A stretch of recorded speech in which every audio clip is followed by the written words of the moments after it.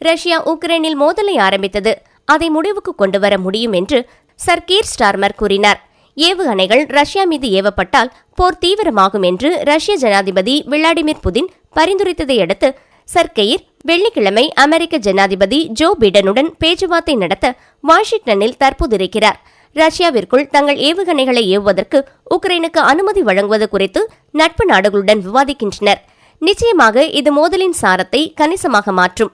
மேலும் எமக்கு ஏற்படும் அச்சுறுத்தல்களின் அடிப்படையில் நாங்கள் பொருத்தமான முடிவுகளை எடுப்போம் என அவர் சர் கெயிர் கூறினார். அவரது பதிலை கேட்ட ரஷ்ய மந்திரி நாங்களும் போரை தொடங்கிவிட்டதாக வலுவான தொனியில் கூறினார். உளவு பார்த்ததாக குற்றம் சாட்டிய 6 பிரிட்டிஷ் தூதர்களின் அங்கீகாரத்தை ரஷ்யா ரத்து செய்துள்ளது. ரஷ்யாவுக்கு தோல்வியை ஏற்படுத்துவதில் பிரிட்டனின் ஈடுபாட்டை குறிக்கும் ஆவணங்கள் கிடைத்துள்ளதாக அந்நாட்டின் பாதுகாப்பு சேவையான FSB ஒரு அறிக்கையில் தெரிவித்துள்ளது. 6 தூதர்களின் பெயரிடப்பட்டு ரஷ்ய அரசு தொலைக்காட்சியில் வெளியிட்டுள்ளது. ஆனால் பிரிட்டன் இன்னும் பதிலளிக்கவில்லை.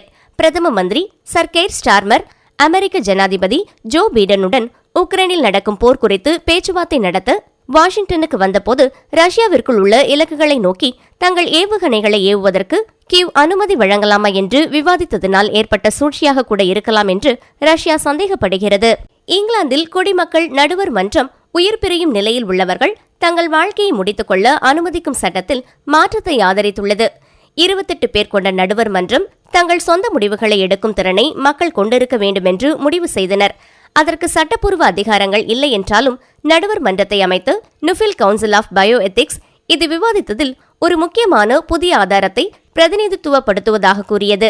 கேர்னாட் கில்லிங் பிரச்சார குழுவை சார்ந்து டாக்டர் கார்டன் மெக்டொனால்ட் நீதிமன்றத்தில் உள்ள நடுவர் தீர்ப்பளிக்கும் வழக்காக பார்க்காமல் நடுநிலையுடன் இருக்க வேண்டும் என்று கூறினார்.